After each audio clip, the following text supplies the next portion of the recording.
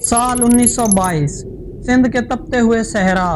जब माहिरीन आसार कदीमा ने मट्टी हटाई, इन्हें सोना या चांदी नहीं मिला बल्कि खौफ मिला।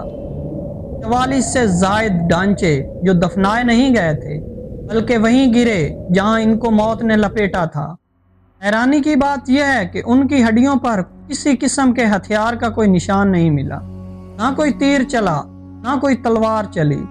फिर इनकी मौत कैसे वाकया हुई? कुछ रिसर्चर्स ने जब इनकी हड्डियों का मुआयना किया, उन्हें वो चीज़ मिली जिसने पूरी दुनिया को हैरान कर दिया। इनकी हड्डियों में रेडियो एक्टिविटी मिली जो नॉर्मल मिकदार से 50 गुना ज्यादा थी। क्या 5000 साल पहले पाकिस्तान की इस सरजमीन पर कोई एटमी धमाका हुआ था, या वजह इससे भी ज्यादा खतरनाक है? आज हम इस हकीकत को डिकोड करेंगे। दोस्तों, इससे पहले कि हम इनकी मौत की वजह जाने, हमें सबसे पहले ये जानना होगा ये लोग थे कौन, कहां से आए थे। जब लंदन और पेरिस जैसे बड़े शहरों का वजूद ना था, अब मोहनजोदड़ो में पक्की ईंटों से बनाए गए 2 मंजिला मकानात ऐसे।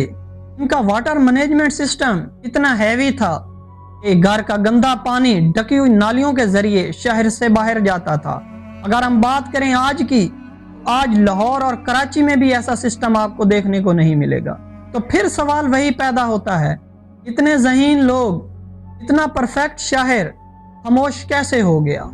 1970 की दहाई में बरतानवी मुसन्निफ डेविड पोर्ट ने यह दावा किया कि उन्हें वहां शीशे के पत्थर मिले जो बहुत ज्यादा दर्जा हरारत से बनाए जा सकते हैं। उन्होंने इसे एटमी जंग का नाम दिया। तो क्या यह सच है?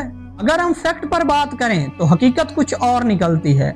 पहली बात, वहां पर कोई गड़ा नहीं मिला जिससे यह लगे कि वहां पर एटमी धमाका हुआ था। दूसरी बात, वो हड्डियां अलग अलग जमानों की थी, मतलब वो लोग एक साथ नहीं मरे थे। तो फिर वो रेडियो एक्टिविटी कहां से आई?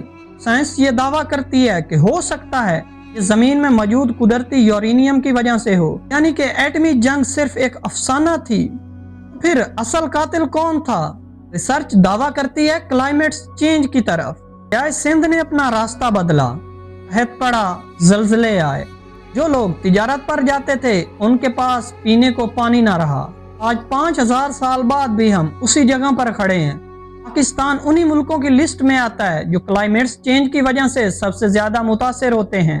जो दड़ों के वो ढांचे हमें डराने के लिए नहीं बल्कि हमें खबरदार करने के लिए वहां पड़े हैं। तारीख हमें सिर्फ किस्से नहीं सुनाती बल्कि सबक देती है।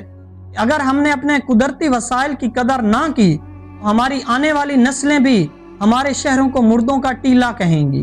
आपको क्या लगता है कि हम तारीख से कुछ सीख रहे हैं? वीडियो अच्छी लगी हो तो चैनल को सब्सक्राइब करें और वीडियो को लाइक करें और कमेंट्स में अपनी राय जरूर दीजिएगा। मिलते हैं अपनी नेक्स्ट वीडियो के साथ। अल्लाह हाफिज।